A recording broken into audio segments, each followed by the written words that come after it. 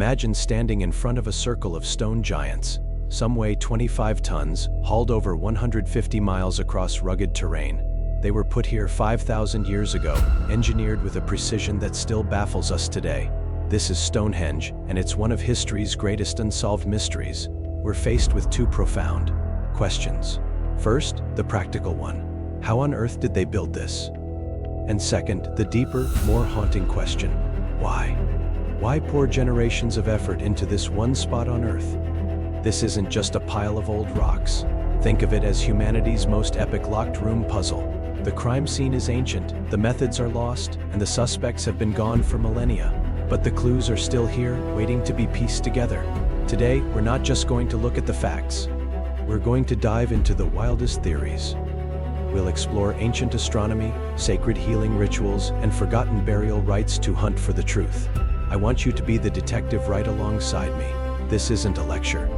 It's a live investigation. So let's start digging. First, let's tackle the sheer impossible engineering of it all. The investigation starts with the smaller inner stones, the blue stones. They're not local. Geologists have traced them to one specific place, the Preseli Hills in Wales, over 150 miles away. How did a Neolithic society, without wheels or advanced machinery, transport these multi-ton stones over land and water? The mind boggles. Then you have the colossal outer circle, the Sarsen sandstones. These behemoths weigh up to 30 tons each and were quarried from about 20 miles away. They weren't just dragged here. They were shaped and smoothed. Look closely, and you'll see woodworking joints carved into the stone mortise and tenon, tongue, and groove. This is sophisticated construction, designed to lock together and last an eternity. How did they lift the massive horizontal lintels to sit perfectly atop the uprights? It's tempting to imagine aliens or lost technology, but the truth is probably more impressive. Archaeologists talk about the Neolithic toolkit. We're talking about brute force combined with incredible ingenuity. They likely used wooden sledges greased with animal fat, rolling them over logs. Teams of hundreds, maybe thousands of people, pulling on thick ropes woven from plants and leather. They would have used levers, counterweights, and massive earthen ramps to raise the stones into place. This wasn't a quick project. Stonehenge was built in phases over 1,500 years. It was a sacred duty passed down through generations, a cathedral of effort built over centuries. It's a testament not to magic, but to human collaboration and sheer willpower. Okay, we have a plausible how, but that just makes the why even more critical. Why go to all that trouble? This is where we meet our prime suspects, the competing theories for Stonehenge's purpose. First up is the celestial clock theory. Stonehenge is aligned with almost perfect precision to the movements of the sun. On the summer solstice, the sun rises directly over the heel stone, flooding the central altar with light. On the winter solstice, it sets perfectly between the tallest trilithon. Was this a giant prehistoric calendar? A tool for predicting seasons, tracking the moon, maybe even foretelling eclipses?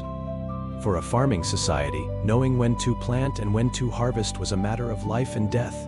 Control the calendar, and you control society. But there's another compelling idea, the sacred temple and healing grounds theory. Excavations around Stonehenge have found an unusually high number of human remains showing signs of serious illness and injury. Some skeletons came from hundreds of miles away.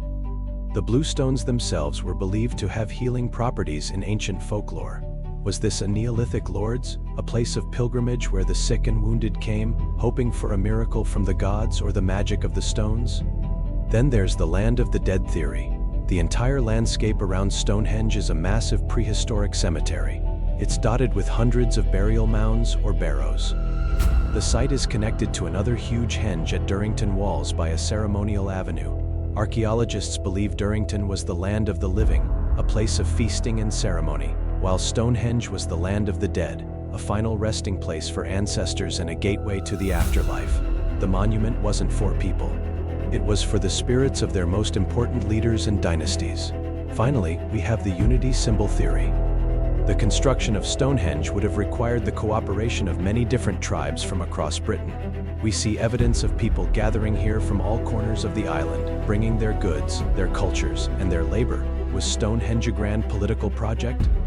a neutral ground and a powerful symbol designed to unify disparate peoples, a prehistoric United Nations built of stone to foster peace and cooperation. Just when you think you have a handle on it, the puzzle throws you a curveball. The modern investigation has revealed a secret hidden in plain sight, or rather plain sound.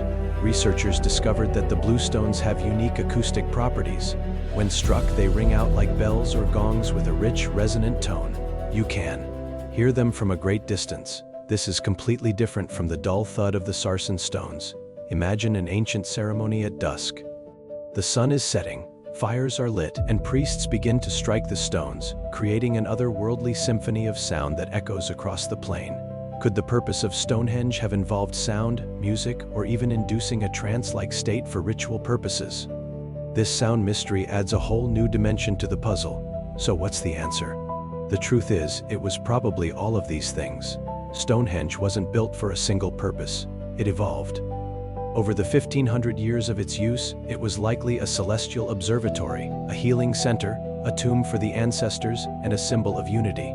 Its meaning changed with the people who used it. In the end, maybe we're asking the wrong question. Stonehenge wasn't a tool with one specific function. It was a stage. The ultimate, most magnificent stage for an ancient people's science, their spirituality, their politics, and their grief. It was the center of their world. The most powerful answer might also be the simplest one. Stonehenge is a monument to human ambition, to community, and to our deep primal need to make meaning in a chaotic universe. But the ultimate singular purpose, that original spark of an idea, remains locked away. The builders achieved immortality for their monument, but they took the owner's manual with them to the grave. The final loop of this mystery remains open. So now it's your turn to be the jury. What do you believe? Was it an observatory, a hospital, a cemetery, or something we haven't even imagined yet? Cast your vote in the comments below. If untangling history's greatest puzzles is your kind of mystery, then you belong here. Subscribe to Omega Mystery and hit the bell so you don't miss our next investigation. We're just getting started on closing the loop on the past.